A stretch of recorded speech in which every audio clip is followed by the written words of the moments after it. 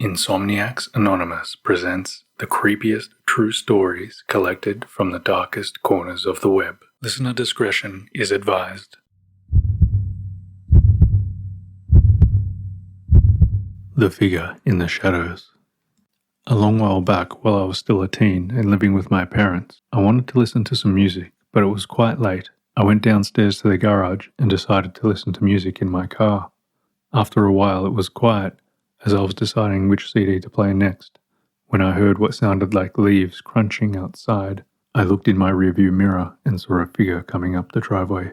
The motion-activated floodlight on the garage did not illuminate as the figure approached the front door. I quickly and quietly head back inside and go up to the kitchen where I can get a view of the front door. It was still quite dark, but I could make out the shape of a person standing at the front door. They stood there for a moment before I hear a knock. Obviously, this is strange for a quiet neighborhood at 3 a.m.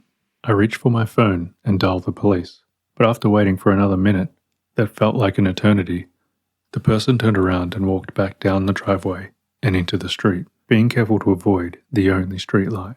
Before the police had arrived, he was gone.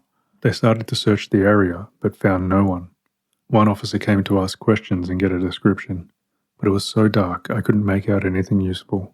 To this day, I still have no earthly clue what exactly happened.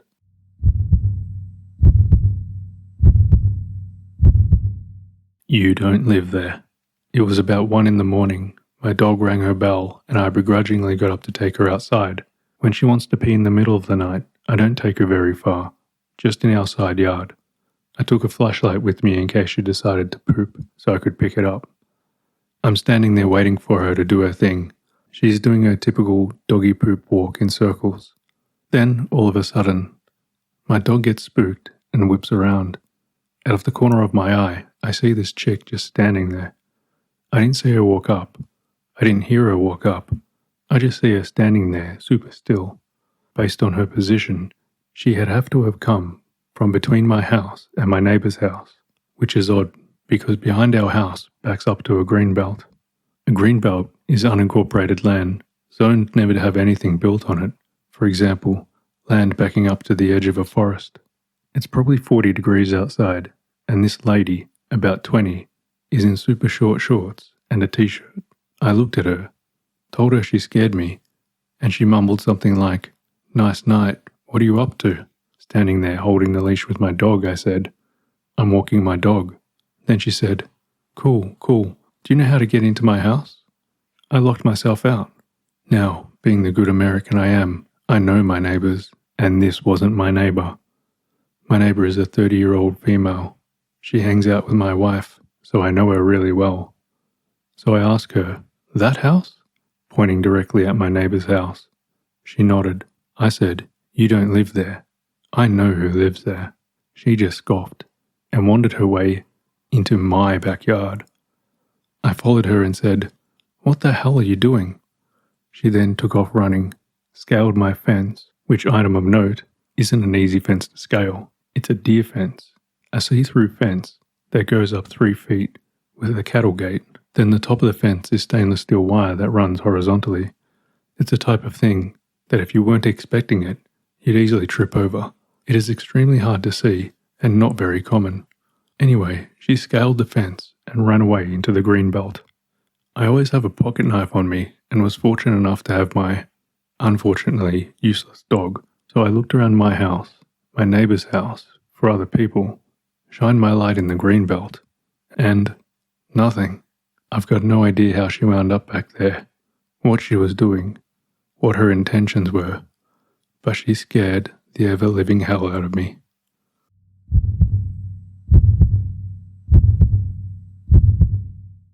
The Haunted Retirement Home. I'm a backshift security guard at a retirement home, and I'm starting to believe this place is haunted. I've been here since last September, and early on one of the other guards, a lovely young woman named Charlotte, made a passing reference to this place being haunted. I laughed it off, treated it as a joke, but no, apparently she's seen stuff, and in the months since, I've started seeing stuff too. Strange shapes moving just in the corner of my vision when I'm alone, or faces in open doorways that vanish when I try to focus on them.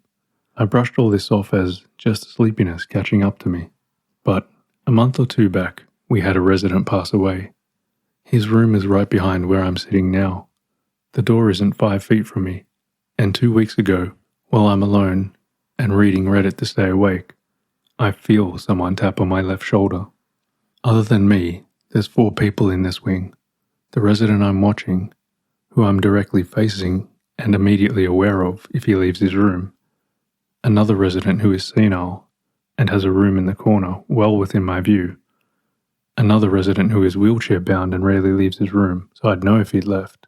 And a 4th who is bedridden in the other room behind me. So, unless the bedridden resident made a miraculous recovery, snuck out of his room, tapped me on my left shoulder when his room is on my right, and then snuck back into his room before I could check. Who the hell tapped on my shoulder? That brings us to tonight. The plumbing in Ambrose's room, rest in peace, spontaneously started running earlier tonight, as if somebody was in there using the washroom. As long as I knew him, Ambrose was always bedridden.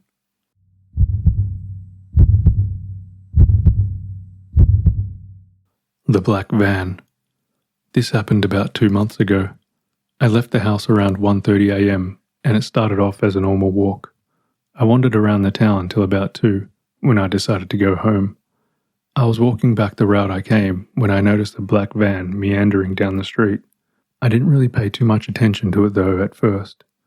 I did pay attention though when I saw it slowly drive by me for a second time. I wasn't entirely sure it was the same van though, so I continued walking. But this time I kept an eye out.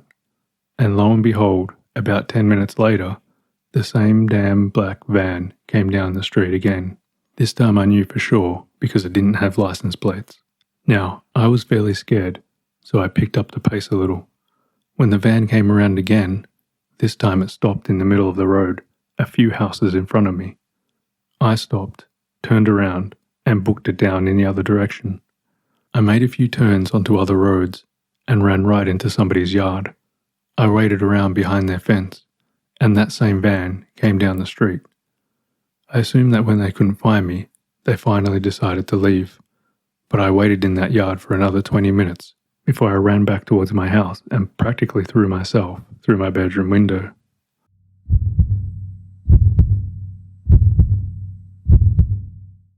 My sister's bedroom door. I was at home at 2 a.m. as my parents were out at a yearly company event, which always drags out into the wee hours of the morning. I was cleaning my house as a surprise for my parents, so they'd come home to a spotless house. They work hard, they've earned a night out, and I was honestly enjoying myself as I had my tunes on and I was lost in thought. All the lights in the house were on, so even though it was night, it wasn't dark or spooky, and I didn't feel uncomfortable. This is important for later. As I'm cleaning, I think I hear the door creaking. I shut off my music and sure enough, I hear the creaking again. I go out into the hallway, and it's the door to my sister's room creaking open. The light in her room is off. I immediately find this odd, as I hadn't even gone into the room since it didn't need any cleaning. I figured perhaps the light was always off, or maybe I forgot turning it off. There wasn't much in the way of wind, but the doors have been known to open and close sometimes on their own. Offhandedly I say aloud, "Hey, could you close the door? I'd appreciate it." The door begins to creak closed, which at first started giving me the chills, but I dismissed it, thinking I must have just timed my words to when the door would start creaking.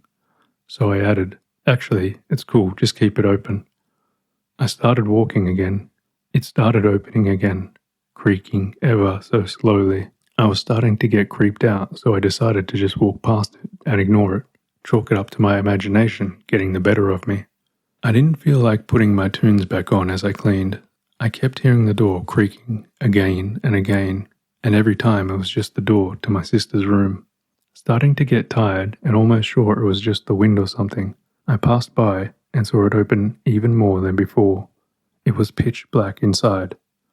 I didn't stick around to look inside and just commented in an offhand tone, "Just close the door already, thanks ghost." Slam. I nearly jumped out of my skin and immediately turned around to see the door to my sister's room closed shut. Everything was so silent and calm, I had trouble believing I was so absolutely terrified. What scared me the most was the fact that my sister's room has a door where you need to turn the knob to fully close it.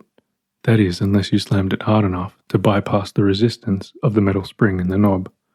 The other thing that absolutely terrified me and made me go into my room and wait for my parents to come back was that under the edge of the room to her door, I could see the light was on. There was no intruder. There are a plethora of dogs around my house who will absolutely store up a barking storm if anyone makes an appearance. They were all dead silent. There's no way into my sister's room externally, unless you were to destroy a metal window with a power saw or go through 12 inches of concrete. The house is built like a bunker to withstand hurricanes, and it lives up to that promise. Unfortunately, this story is not the first time there's been weird occurrences with my sister's room. Even my parents have had encounters of their own, which has left them sufficiently spooked.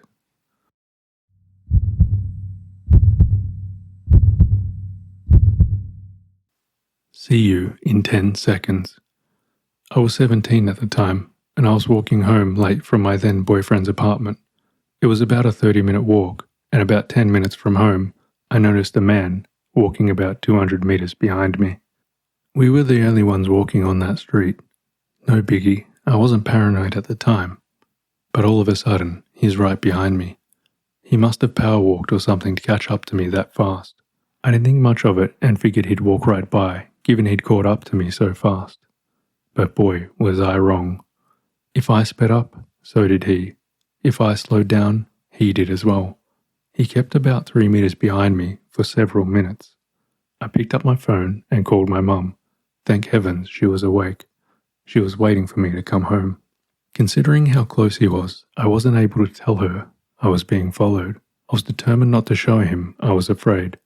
I imagined that if I had started running, I was done for.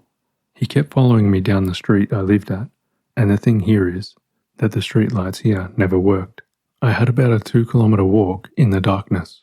I kept talking to my mum on the phone. I noticed he'd come even closer, and we were about to enter the darkest part of the street, which was directly near my house. We had a huge hedge that blocked out a lot of the light. I told my mum, "Yeah, I'm outside now. See you in 10 seconds. And I swear on my future grave that I felt him brush my jacket as he took a U-turn into my neighbour's yard. I knew my neighbours though. He did not live there. Once inside my own yard, I ran as silently as I could up to the house and hid behind a wall. I peeked out and saw him walk past, looking for me. It may have been nothing. He may have been about to murder me. I don't know. To this day, even in broad daylight, I freak out if people walk behind me.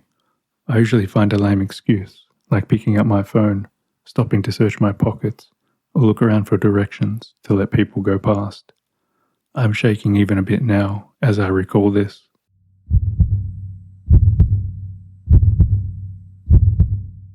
Well, that's it for this episode.